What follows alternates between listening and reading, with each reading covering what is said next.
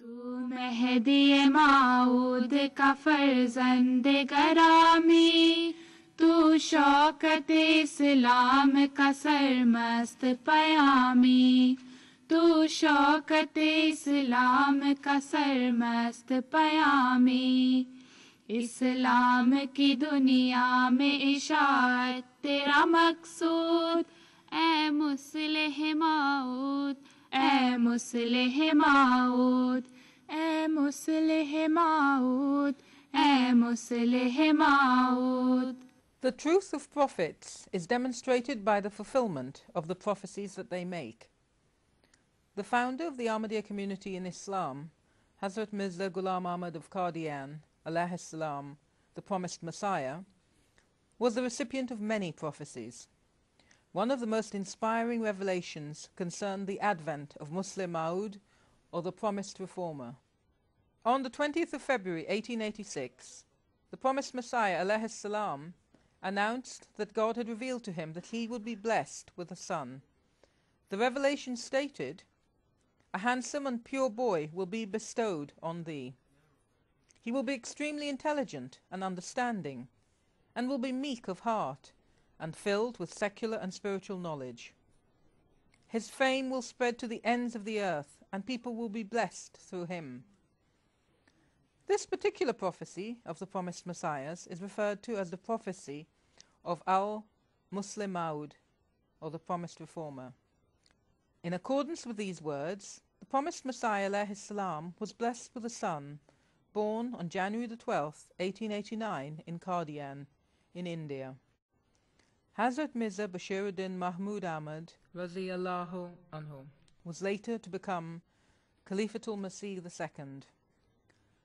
His life was filled with many extraordinary accomplishments, and he was to become a prolific writer, scholar and leader. At a young age, Hazrat Mirza Bashiruddin Mahmud Ahmad developed an interest in the study of the Holy Quran and the traditions of the Holy Prophet Muhammad, peace and blessings of Allah be upon him. He was tutored in this by the first Khalifa, Hakim Maulvi Nuruddin Raziyallahu Anhu. Hazrat Mirza Bashiruddin's contribution to the Jamaat activities began early, and at age 17 he organized a literary committee called Tafshizul Azan. A quarterly magazine devoted to writing about spiritual values was set up, and this publication is still enjoyed by children today, as it continues to be published under the same name. When he was only 19, the father whom he revered deeply passed away. Standing at the side of the promised Messiah's deceased body, Hazrat Mirza Bashiruddin pledged, "If all others should leave the Jamaat of the promised Messiah and I should be left alone, I will stand by the covenant of allegiance, the purpose for which Hazrat Ahmad was sent to this world. I shall leave no stone unturned to fulfill that purpose." The second Khalifa lived another 57 years after making that pledge, and every day of his life bore testimony to the fact that he lived up to his high resolve. In 1914 he was elected as the second Khalifa. He was only 25 at the time. The community was not very large in number. However, much more serious was the fact that some members of the community had challenged his position of office and had broken away. They protested that such a young man was unsuitable to become Caliph of the whole community.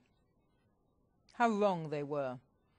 The golden milestones and landmarks of Hazrat Mirza Bashiruddin's Khilafat stand witness to his suitability as Hazrat Khalifatul Masih II, the promised son. A month into his Khilafat in April 1914, he formed a consultative body known as Majlis-e-Shura. This went on to become established as a permanent institution within the community in 1922, and it is convened annually or as it is needed to make important policy decisions of the community. This blessed idea is now one of the great and unique features of the Ahmadiyya Jamaat. Hazrat Khalifatul Masih II was very aware of the religious and educational needs of Ahmadi ladies. To this end, he established the organization Lajna-e-Maila in 1922. A magazine, Al-Misbah, was introduced in 1926, solely for this organization. To ensure that the educational needs of girls was being looked after, the Nusrat Girls' High School was established in 1928, and in 1951 Jamia Nusrat, or the Women's College, started functioning in Rabwa in Pakistan. Ahmadi girls were thus enabled to get education close to their homes. Religious education, as well as secular, was also given in these schools. In December 1938, Qudam al-Ahmadiyya, an organization consisting of young men between the ages of 15 to 40, was set up.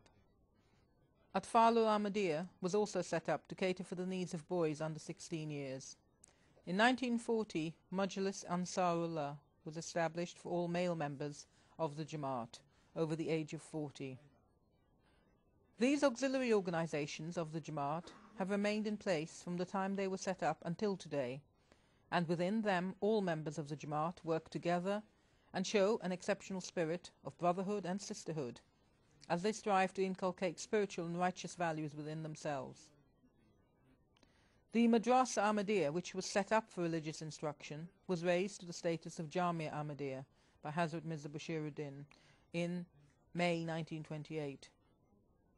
This institution was to train learned members of the community as missionaries to take the message of Islam to various parts of the world. One of the main aims of the Ahmadiyya community is the propagation of the message of Islam. During his Khilafat, Hazrat Khalifatul Masih II took major steps in ensuring the fulfillment of this objective.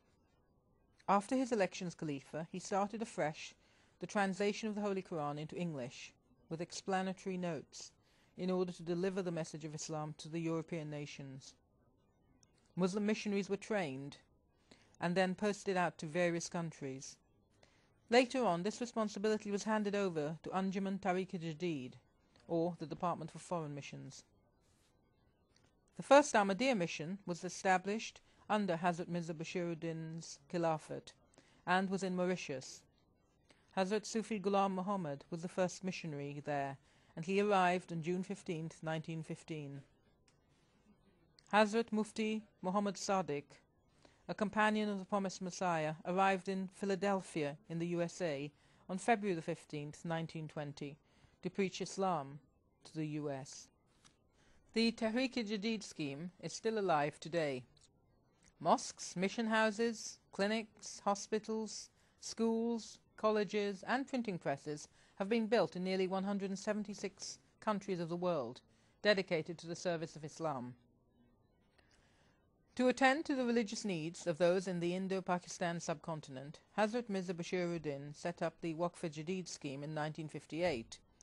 This had the aim of intensifying Islamic activities in the rural areas of the Indo-Pakistan subcontinent.